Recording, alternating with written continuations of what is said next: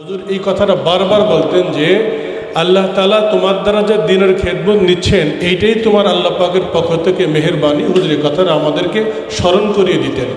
আপনার বাড়িধারার বিভিন্ন সদস্যবৃন্দ আমরা বিভিন্ন জায়গায় বড় বড় খেদমতের মধ্যে আছি। আমরা হুজুরের এই বাণীটাকে আল্লাহর কোরআন দ্বারা যে হুজুর আমাদেরকে বলতেন এটা আমরা সবসময়ের জন্য স্মরণ রাখব।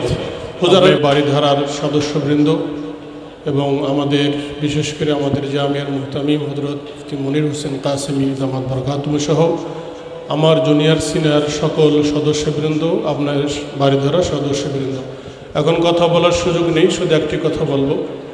যেহেতু আমরা বিভিন্ন প্রতিষ্ঠানে দায়িত্বরত আছি, খেদমতে আছি, হুজুর আমাদেরকে একটি কথা বারবার বলতেন, প্রায় বলতেন যে লা তামান্নু আলাইয়া ইসলামাকুম।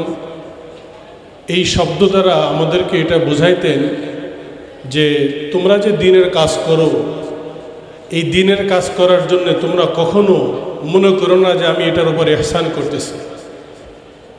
বালিল্লাহু ইয়ামুন্নু আলাইকুম আন হাদাকুম লিল ঈমান। হুজুর এই কথাটা বারবার বলতেন যে আল্লাহ তাআলা তোমার দ্বারা যে দ্বীনের খেদমত নিচ্ছেন এইটাই তোমার আল্লাহ পাকের পক্ষ থেকে মেহেরবানি। হুজুর এই কথাটা আমাদেরকে স্মরণ করিয়ে দিতেন।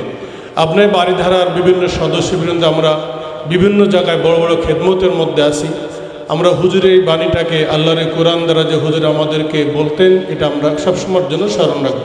হুজুর আরেকটি কথা আমাদেরকে বলতেন দেওবন্দিয়ত সম্পর্কে, যে দেখো দেওবন্দ চারটি জিনিসের নাম: দরস তাদরিস, দাওয়াত ও তাবলীগ, তাজকিয়া নফস এবং সিয়াসা।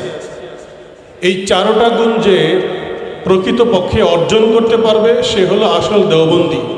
আমরা আপনার বাড়িধারার আমার সাথী অনেক সাথীরা, আমরা ময়মনসিংহের কয়েকজন সাথীর সঙ্গে কথা বললাম, 4-5টা মাদ্রাসায় তারা বুখারি পড়ায়, হাদিস পড়ায়। তো আমরা যদি এই হাদিস পড়ানোর পাশাপাশি যদি আমরা একটু সিয়াসাতকে লালন করি, যেহেতু আল্লামা কাসেম রহমতুল্লাহ আলাইহি এটা আমাদেরকে লালন করার জন্য আদেশ করেছেন, তাহলে ইনশাল্লাহ মনে হয় আমাদের জমিয়তের কাজও সারা দেশব্যাপী ব্যাপকতা লাভ করবে।